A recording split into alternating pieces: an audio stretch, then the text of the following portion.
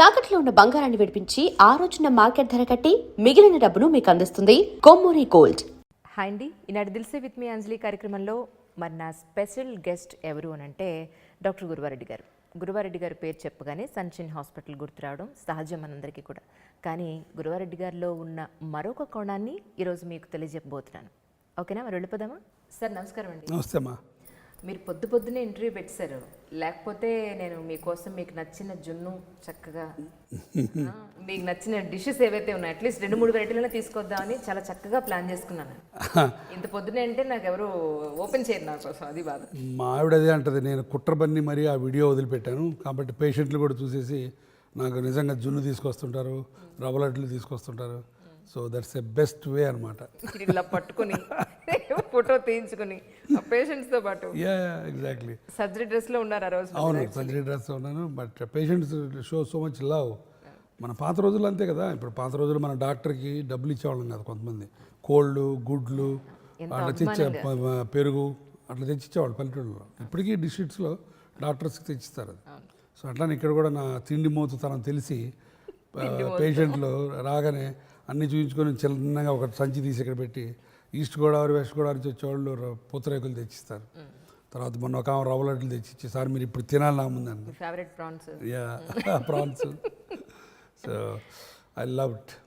కానీ నాకు అర్థం కాలేదు సార్, ఏంటంటే ఒక విషయం, డాక్టర్స్ జనరల్గా అందులో సర్జన్స్ వాళ్ళ సర్జరీస్లో పేషెంట్స్ తోటి బిజినెస్ ఇష్యూస్లో అందులో ఒక ఓన్ హాస్పిటల్ అది మెయింటైన్ చేయాలంటే ఆ ఇష్యూస్లో కొట్టుకుని పోతూ ఉంటారు యాక్చువల్లీ. సో ఎక్కడ తీరిక అనేది ఉండదు అనేది వాస్తవం.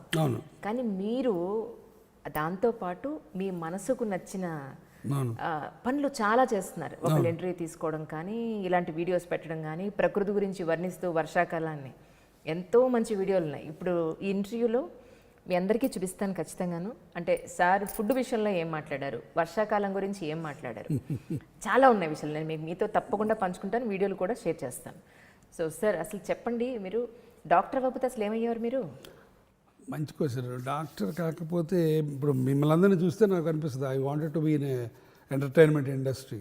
అప్పుడు ఆ రోజుల్లో ఇంత ఇది లేదు, ఇంత ఎక్స్పోజర్ లేదు. బట్ ఇప్పుడు మిమ్మల్ని అందరినీ చూసి ఈ సినిమా ఫీల్డ్, టీవీస్ చూస్తే I want to be in the entertainment industry, either as an anchor or a director or something to produce creative output అని అనిపిస్తుంది. ఇప్పుడు ఆ రోజుల్లో ఎప్పుడు డాక్టర్ కావాలని ఉంది నాకు చిన్నప్పటి నుంచి. మా అమ్మ కోరిక ఏంటంటే నేను డాక్టర్ కావాలని. నాకు కూడా తెల్ల కోటు చూస్తే అసలు ఇక పులకించిపోయేవాడిని. ఆ డాక్టర్ చక్రవర్తిలో నాగేశ్వరరావుని వాళ్ళని చూసినప్పుడు వాయ్ బాబాయ్ వీళ్ళందరూ దేవుళ్ళు అనుకునేవాడిని.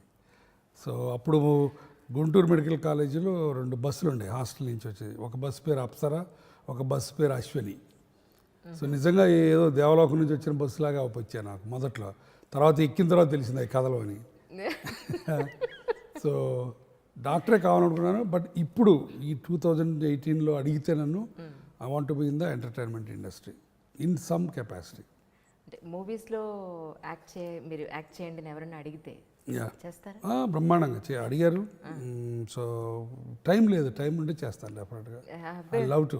మీ దగ్గర టైం లేదనండి, ఇది లేదు, చేసుకోవాలి. చూసుకుని మరీ చేస్తారు. ఇప్పుడు మా తోడలుడు గంగరాజు చేసిన అమృతం టెలి సీరియల్ తెలుసు కదా మీకు, ఫేమస్. దాంట్లో 2 ఎపిసోడ్స్లో చేశాను. తర్వాత మనం సినిమాలో అక్కినేని నాగేశ్వరరావు గారి దాంట్లో సుప్రియ నాగేశ్వరరావు గారి granddaughter, she's a good friend. ఆమె అడిగింది నన్ను ఒక సీన్ చేయమని. బట్ అన్ఫార్చునేట్లీ ఆ రోజు ఒప్పుకొని కూడా నాకు హాస్పిటల్లో కమిట్మెంట్ అయిపోయి వెళ్ళలేకపోయా. లేకపోతే I would have been a doctor in that movie. ఒక మంచి మూవీలో ఐ లాస్ట్ దట్ ఛాన్స్. అందులో నాగేశ్వరరావు గారితో లాస్ట్ మూవీలో బాగుండి ఉండేది. But I last that chance. లేదండి, మీకు ఇంకా బోల్డ్ అని ఛాన్స్ వచ్చే అవకాశం చాలా ఉంది. నేను రాజమౌళిని కూడా అడిగే ఛాన్స్ మని.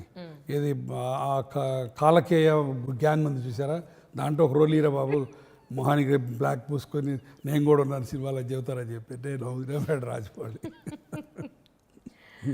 మీరు కాలేజ్ రోజుల్లో అంటే ప్రేక్షకులు తిట్టుకున్న గురువారెడ్డి గారిని ఏంటి ఈవిడెంత సరదాగా అడిగేసింది అనుకుంటారేమో, బట్ మీ ఫ్రెండ్స్ చాలామంది నాకు చెప్పారు చాలా రొమాంటిక్గా ఉండేవాళ్ళు. Why not? Even now I'm romantic. Life is romance. If somebody doesn't see the life as romance, his life is wasted. Romance అంటే ఓన్లీ ఉమెన్ తోటే అక్కర్లేదు. Romance can be poetry, Romance can be with nature, romance can be with your thoughts, romance can be with your actions, romance can be the way you dress, everything. Romance ante it's a pleasure, a joy, unbounded and unbridled. There are no chains for that. Adi romance. Yeah, very romantic college lo. Why not? ఎంతమంది అమ్మాయిలు వెంటబడ్డారు? లెక్క చెప్పలేను. మీరు పడ్డారా, వాళ్ళు పడ్డారు? రెండు రెండు. నేను చాలామంది అమ్మాయిలు వెనకాల పడ్డాను. కాకపోతే కొన్నాళ్ళు పోయిన తర్వాత అమ్మాయిలు నా వెనకాల పట్టడం మానేశారు. ఎందుకంటే అప్పటికి మా ఆవిడ లైన్లోకి వచ్చేసింది. కాబట్టి ఓహో వీడు ఆల్రెడీ బుక్డ్ అని చెప్పి నా వెనకాల పట్టడం మానేశారు. నాతో ఉండేవాళ్ళు, but they use to feel safe. Okay. వీడితో ప్రాబ్లం లేదు మనకి. అంటే ఒక్కసారి ఈరోజు ఈ మహావృక్షానికి ఉన్న వేళ్ళు గురించి కూడా తెలుసుకుందాం. మీ తల్లిదండ్రుల గురించి, మీ కుటుంబ నేపథ్యం గురించి. మా నాన్నగారు సత్యనారాయణ రెడ్డి గారు, మా అమ్మ పేరు రాజ్యలక్ష్మి. మా ఫాదరు ఒక సామాన్యమైన వ్యవసాయ కుటుంబం నుంచి వచ్చారు. వచ్చి ఆయన చదువుకొని అగ్రికల్చర్ పిహెచ్డి చేసి ప్రొఫెసరు, తర్వాత అగ్రికల్చరల్ కాలేజ్ ప్రిన్సిపాల్ దాకా ఎదిగారు. మా అమ్మ గృహిణి. మేము ముగ్గురం బ్రదర్స్వి. నేను పెద్దవాడిని. నా తర్వాత ఇద్దరు తమ్ముళ్ళు, హరి అండ్ నరసింహారెడ్డి అని. హరి ఏమో అహ్మదాబాద్ ఐఐఎంలో ఎంబీఏ చేశాడు. మా చిన్న తమ్ముడు ఖరగ్పూర్ ఐఐటీలో బీటెక్ చేశాడు. ఇప్పుడు అమెరికాలో ఉంటున్నాడు. సో వాళ్ళిద్దరూ తెలివిగలవాళ్ళు. ఐఐఎం ఐఐటి చేశారు. తెలివి తక్కువని నేనే కాబట్టి మెడిసిన్ చేశాను నేను. సో అది సంగతి. ఎందుకని అలా ఫిక్స్ అయ్యారు? ఒక సరదాగా అంటా నేను. బట్ డిఫరెంట్గా ఐఐఎం ఐఐటికి you need more brain and more focus to get into that rather than medicine. That is my feeling. తర్వాత అమ్మ నాన్న ఒక మంచి విలువలున్న మధ్యతరగతి కుటుంబం నుంచి వచ్చారు. మమ్మల్ని కూడా అదే విలువలతోటి, అదే పంధాతోటి మమ్మల్ని ఒక దిశ చూపించారు మాకు. సో ఈరోజు నాకు ఏదైనా ఒక మానవత్వ విలువలు ఉన్నాయంటే అది మా నాన్న అమ్మ దగ్గర నుంచి సంక్రమించినవి. నైస్. ఇప్పుడండి, ఇప్పుడు ఎక్కడ ఉంటున్నారమ్మా? అమ్మగారు చనిపోయారు. పోయిన సంవత్సరం April 1st చనిపోయారు. కరెక్ట్గా సంవత్సరం అయిపోతుంది. ఇదే ఇంట్లో చనిపోయారు. మా ఫాదర్ నాతోనే ఉంటారు. మా ఫాదర్ కూడా 80 years ప్లస్. సో అమ్మ చివరి 2 ఏళ్ళు వీల్ చైర్లో ఉండి, స్ట్రోక్ వచ్చి పక్షవాతమని.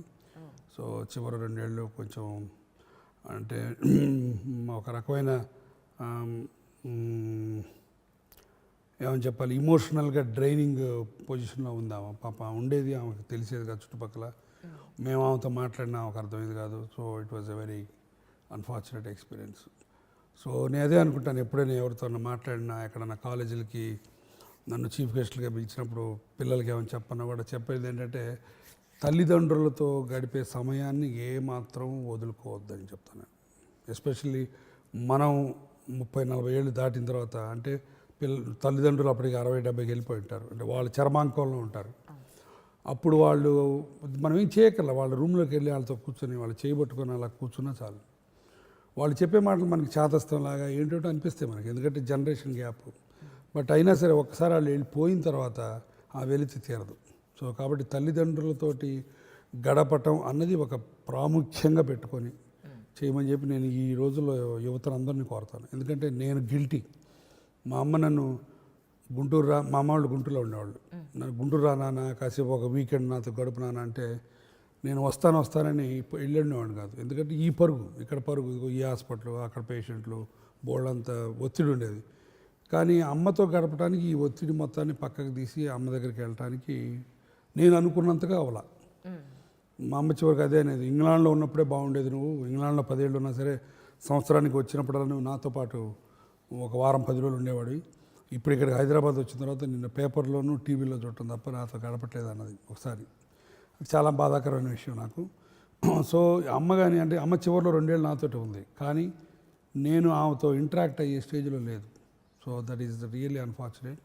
కాబట్టి నేను పిల్లలందరికీ ఎవరికి చెప్పేది ఏంటంటే, తల్లిదండ్రులతోటి గడిపే సమయాన్ని పోగొట్టుకోవద్దు. తర్వాత ఆ సమయం అన్నది మనంతటా మనం క్రియేట్ చేసుకోవాలి, అది రాదు. సో కాబట్టి ఏమాత్రం అవకాశం ఉన్నా సరే పేరెంట్స్ తోటి స్పెండ్ చేయమని చెప్తాను నేను. So that's I'm really guilty. నువ్వు చేసిన తప్పుల్లో ఒక తప్పు అడిగితే బట్టి ఈ తప్పు మా అమ్మతోటి నేను అనుకున్నంతగా గడపలేదు. నేను నా దగ్గరికి వచ్చేసరికి ఆమె నా దూరం వెళ్ళిపోయింది. సో అది నేను భయంకరమైన తప్పు చేశాను. అమ్మ గురించి ఒక మాటలో చెప్పాలంటే మీరేం చెప్తారు? ఒక మాటలో కుదరదు, అందుకని ఇంత పెద్ద పుస్తకం తీసుకొచ్చాను అమ్మ మీద. నేను మా అమ్మ, నేను డాక్టర్ అయ్యానంటే మా అమ్మే. ఎందుకంటే నేను 3 సార్లు ఎంట్రన్స్ రాసి 1 మార్కు 2 మార్కుల్లో సీట్ రాక, కాకినాడలో డొనేషన్ 75,000 రూపాయలు కట్టలేక, అలా నిస్పృహలో అగ్రికల్చర్ బీఎస్సీలో ఉన్నప్పుడు మా అమ్మ, లేదు నాన్న నువ్వు డాక్టర్ అవుతావు, నువ్వు చదవాలి, చేస్తావు నువ్వు అని చెప్పి పుష్ అయిపోతే ఆ 4వ ఎంట్రన్స్ రాసేవాడిని కాదు నేను. ఆ 4వ సీట్ వచ్చింది నాకు. సో మా అమ్మ నిజంగా నా ఉన్నతి మొత్తం మా అమ్మ చూసింది. ఈ హాస్పిటల్ పెట్టడం కూడా చూసింది, సన్షైన్ హాస్పిటల్ ఓపెన్ చేసింది తనే. కాకపోతే మొన్న 3 నెలల కింద గచ్చిబౌలిలో ఓపెన్ చేసిన హాస్పిటల్కి ఆమె లేదు. సో చాలా వెల్త్గా అనిపించింది అప్పుడు నాకు. సో తర్వాత నాలో ఉన్న మానవత విలువలు కూడా ఆమె దగ్గర నుంచి వచ్చినాయి. ఆమె ఏ రోజు మా ఇంట్లో 10 మంది పిల్లల పైన ఉండేవాళ్ళు. మేము 3 బ్రదర్స్ అయినా మా బంధువుల పిల్లలు, స్నేహితుల పిల్లలు ఇంట్లోనే ఉండేవాళ్ళు, చదువుకునేవాళ్ళు. వాళ్ళందరినీ ఎప్పుడు నా పిల్లలు బయట పిల్లలని ఎప్పుడు చూసేది కదా, అందరూ ఒకటే ఆమెకి. ఆ రకంగా పరాయి వాళ్ళని కూడా మన వాళ్ళని అనుకునే ఒక భావుకత, ఒక తాధ్యాత్మమైన ఒక ఫీలింగ్ ఆమె దగ్గర నుంచి వచ్చింది నాకు. నాకు కూడా I don't see any difference between the outside and inside. నాకు ప్రతి వాళ్ళు నా వాళ్ళు అనిపిస్తుంది. నా ప్రాక్టీసు నేను ఈ మాత్రం సక్సెస్ అవ్వడానికి, పేషెంట్లు నన్ను లవ్ చేయడానికి, నా ఫండమెంటల్ నాలో ఉన్న క్వాలిటీ మా అమ్మ ఇచ్చింది నాకు. అంటే వచ్చిన ప్రతి పేషెంటు నా మనిషిలాగా అనుకుంటాను నేను. అది మా అమ్మ దగ్గర నుంచి వచ్చింది నాకు. అది వారసత్వం, అది డిఎన్ఏ. దాన్ని నేనేమి ప్రయత్నించలేదు, ఇలా చేస్తే పేషెంట్స్ వస్తారు అని చెప్పి యాక్షన్ చేయలేదు. అది మా అమ్మని ఎప్పుడు ప్రతి క్షణం గుర్తు తెచ్చుకుంటాను ఆ విషయానికి మటుకు.